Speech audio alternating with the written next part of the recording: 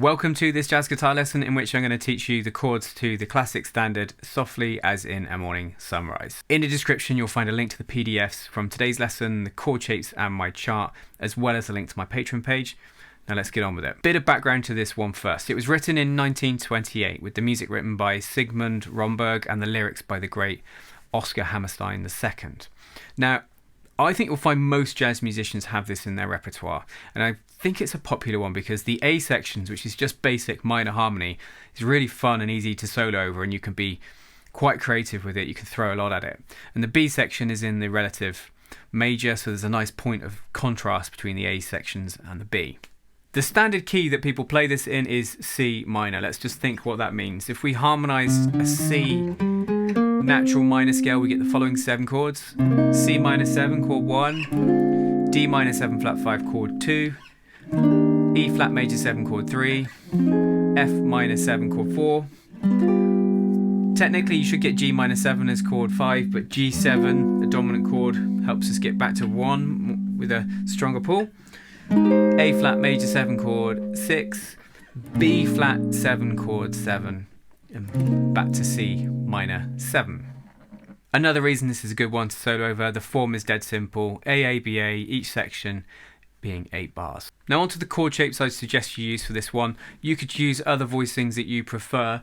These are ones that I just think work well together, not too difficult in terms of the movements and so forth. So minor 7 chords, we've got 2 of those in this song. C minor 7 off the A string. We can use that same shape to play F minor 7, moving that up to fret 8.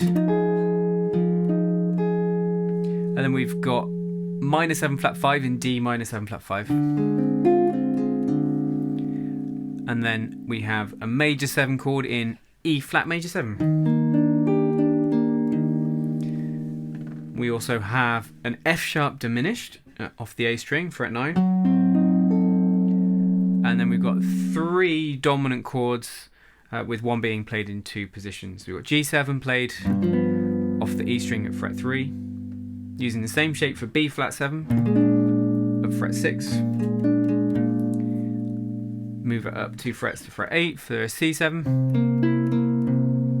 And then lastly, G7 off the A string also at fret 10. Now those are all the chord shapes you need for this one. Here's the A section on the screen for you, just a few things to point out. We've got 3 flats at the start, that means the key of C minor. I know we've already addressed that.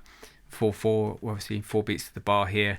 And you'll see I've written it with a first time bar here, so the first A section ends with this bar, then the second A section ends with this bar here, which leads you into the B section. So we start out on C minor 7 for a bar. And then we've got 2 beats of D minor 7 flat 5, 2 beats of G7. I'm going to repeat that again. Onto the third line, we do that again. So that's 3 times the same thing. 4 times the same thing. So that's the first 8 bars. So just the same 2 bars played 4 times. So C, D, G. Second line.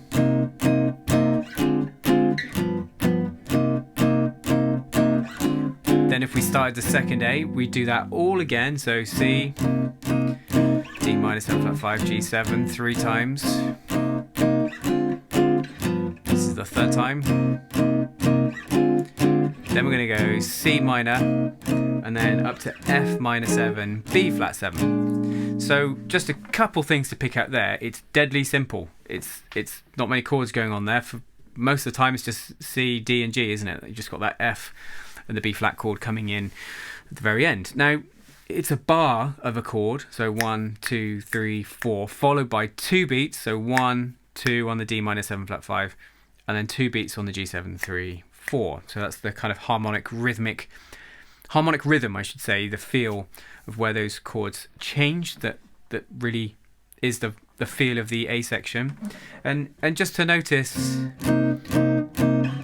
that C minor 7, feel it and hear it, is our parent chord, chord 1, the most important of those 3 chords that we're going around in a circle. Second A now. And the end of this second A section, we're going somewhere else. And that's that F minor 7 to B flat 7 coming in to lead you into the B section. So really straightforward A. Apart from the last bar, you're just always going C minor 7, D minor 7 flat 5, G7. Now that F minor 7 to B flat 7 is important. Why? Because B flat 7 is the dominant chord.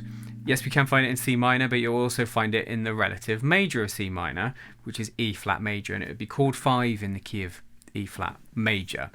And that's set us up to go to that E flat major at the start of the B section. So we've got then 2 bars of that.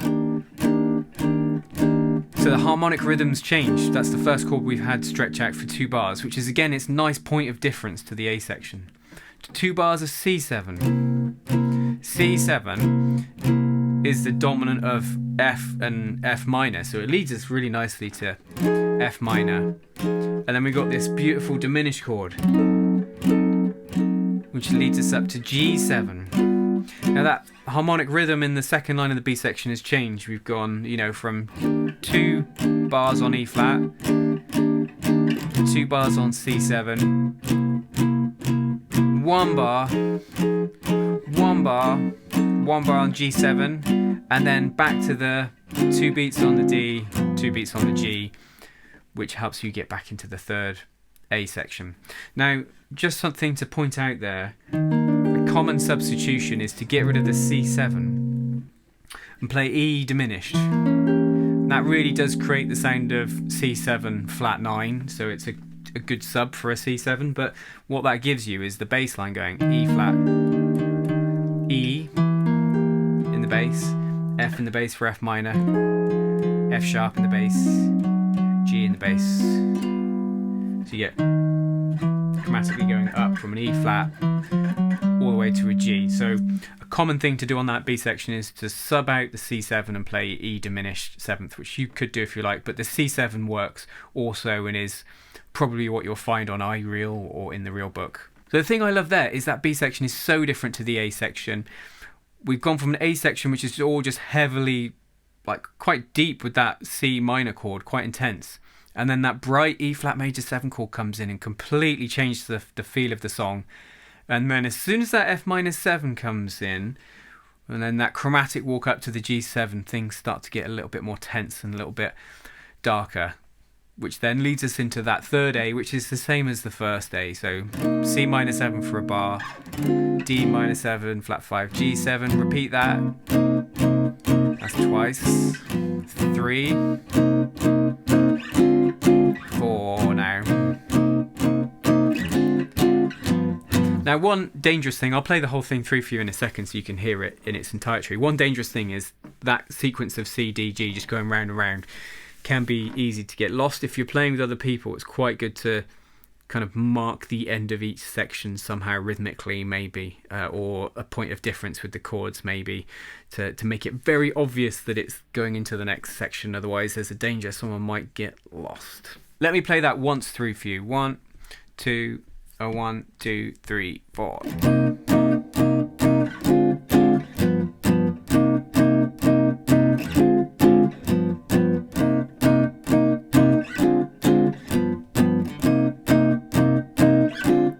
A2.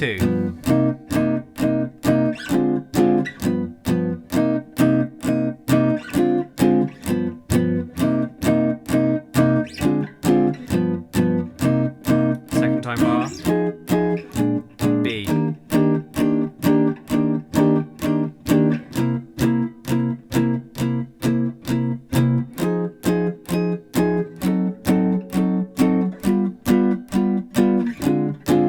A3.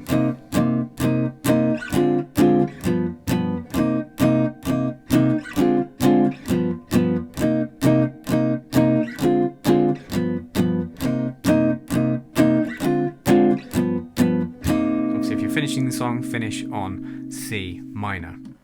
And a skill you really want to develop when playing songs like this is just learning to feel 8 bars. If I was playing that, I don't have to think about, I've done C, D, G once, twice, 3, 4 times. I'm so used to playing that form and that length that I just naturally feel when the A section starts again. And that might sound a bit kind of vague. How on earth do you get to that point? I think it comes from a lot of playing songs and a lot of listening and not using a chart. I put a chart together for you. The intention in the long run is not to need that chart, it's to memorize the chords. And memorizing chords is, memorizing what chord comes next and so forth, but it's also just memorizing the sound of the form and just internalizing. That's the point where you don't have to think about it. That comes if you practice the standard for long enough. Now, I just played that with a 4 to the bar swing feel. I think this song lends itself really nicely to a Charleston kind of rhythm, something like... a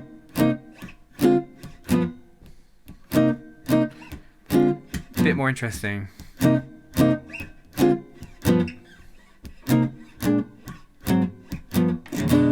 If you'd like to learn that kind of thing, then over on Patreon I have a comping study that goes into a much more interesting way of playing the changes, once you've got the basic changes obviously.